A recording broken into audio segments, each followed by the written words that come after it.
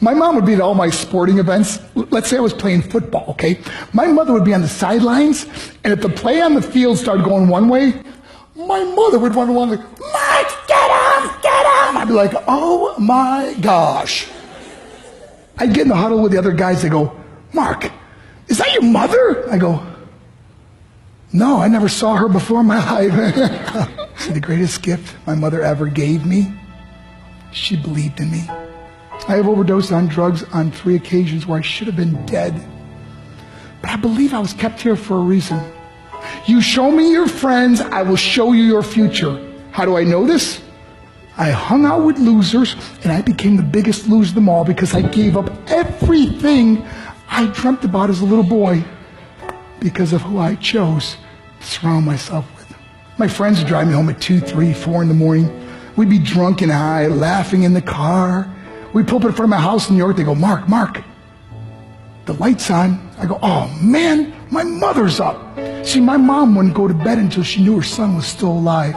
I'd walk in, she'd say, hi Mark, how was your night? I go, it was good, Mom, I'm just gonna go to bed. She goes, can I talk to you for a minute? I go, Mom, I'm tired, I'm just gonna go to bed. She goes, Mark, I haven't seen you all day and all night. Can I please talk to you? I said, man, just leave me alone. You bug me. I'd slam my bedroom door on the one person who believed in me. I was on a worldwide tour and we were wrestling overseas in Japan. After my wrestling match, I went upstairs in my hotel room and I fell asleep. There was a knock at my door at 3 o'clock in the morning. I got out of bed and I looked through the safety window and I could see it was a Japanese promoter. So I opened the door and he said, Mark, you need to call home. There's been an emergency. I went and got on the hotel room phone. I called back to the United States and said, hey, what's going on? They said, Mark, I don't know how to tell you this. I said, just tell me what happened. All of a sudden they started crying. They go, Mark, I can't tell you. I said, just say it. They said, Mark, your mother died. I just threw the phone down. I ran out of my hotel room. I took the elevator to the lobby, and when the doors opened up, I just ran out into the street. I mean, there was no cars, there was no people. It was 3 o'clock in the morning. And I walked down the middle of a street in Hiroshima, Japan, and I remember looking up and just saying, Mom, I am so sorry. I flew home for her funeral, and I was so nervous to walk up to her casket, so I just stood way in the back. And I kept looking from a distance. I kept thinking to myself, Mom, please wake up. Please get up. And then I finally got the nerve to walk up to her. And as I got closer, I could see my mom for the first time. I mean, she was so beautiful. She was dressed in white. I mean, she looked like an angel. And I just stood over her and I said, Mom, you are my hero. Everything I am, everything I hope to be was because of you. You loved me so much. You gave me a life. You're the only one that ever believed in me.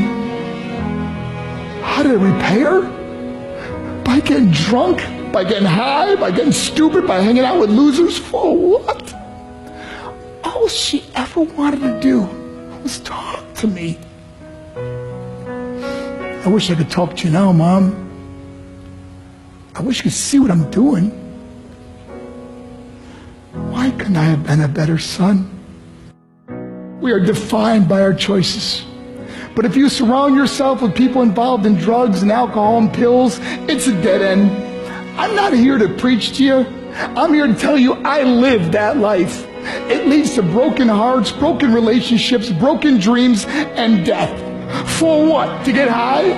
If you have a mother or a father, when you go home, tell them how much you love them.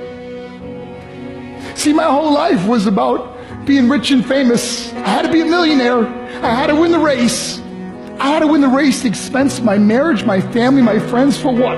To be all alone in the world? I learned what is truly important, and that is how precious this gift of life is, and our families, and how quickly it can be taken away. See, I no longer live in time. I live in moments. See, it's not what's in your pocket that matters. It's what's in your heart that truly matters.